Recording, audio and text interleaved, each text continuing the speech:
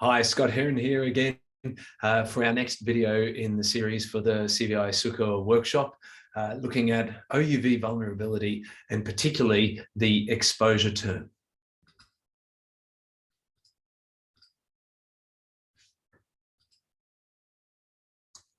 A reminder for you of the CVI framework, which we've seen numerous times up till now, but here we're looking at the process of exposure and sensitivity being assessed, and then adaptive capacity to lead us to the OUV vulnerability. And the second section looks at the community vulnerability. For this presentation, we're looking just at that first input and assessment area there, the exposure term. Now, importantly, earlier today, we went through the selection of the 3 key climate stresses for the property, for Sukur, and we were considering the different climate stresses and different key values that had been identified. And we're going to build out of that as we go forwards in the rest of the CVI application. However, it's very important to note that from now on, we're not considering individual key values, nor are we considering specific places within the property. From this point on, we need to look at the property in entirety when we're looking at these assessments. So the first step in this process is to look at the assessment of exposure of the property to each of the 3 key climate stresses that have been identified, and within our agreed time scale, which, as you will have noted from yesterday, is the 2050 timeframe. The way that we do this is, for our example key stresses, we look at the climate science information. So here we're looking at those IPCC projections and the information that we've heard about the future conditions that are likely to occur. And you'll note here that the way in which we do this is to do it by selecting the appropriate category of the level of exposure, the likelihood of exposure going forwards. So here we look at a range from very unlikely through to very likely, and you'll see the percentages that are affixed there, and those are based on IPCC, Intergovernmental Panel on Climate Change, thresholds.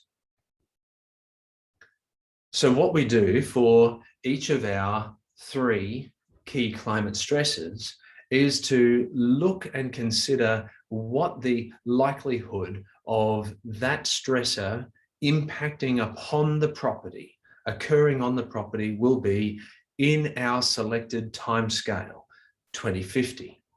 And so here, as examples, we can choose what those different levels of exposure might be considered as.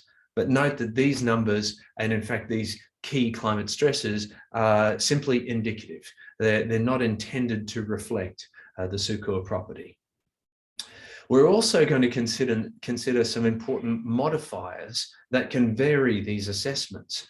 So here we again have a look at these categorical pieces of information with respect to the temporal scale, the frequency of the event exposure, and the trend, the recent trend that has been seen in that climate stressor. And you can see the different definitions of the categories for levels 1 to 3. It's again important to remember that, like the assessments of the exposure likelihoods, these modifiers need to be considered across the entire property and not just at parts of the property or isolated components of the property. Having selected the likelihoods and then also selected values for the modifiers, these will get input into your breakout groups spreadsheet. And then once that is compiled, those pieces of information will be combined together across the breakout groups to give us our final assessments for the modified exposure and reflecting the perspectives of the entire workshop. Importantly, exposure is only about the projected likelihood of the three key climate stresses. It is based upon the climate science information that we've received, and including the detail of the time scale of the analysis, as well as the climate scenario being considered.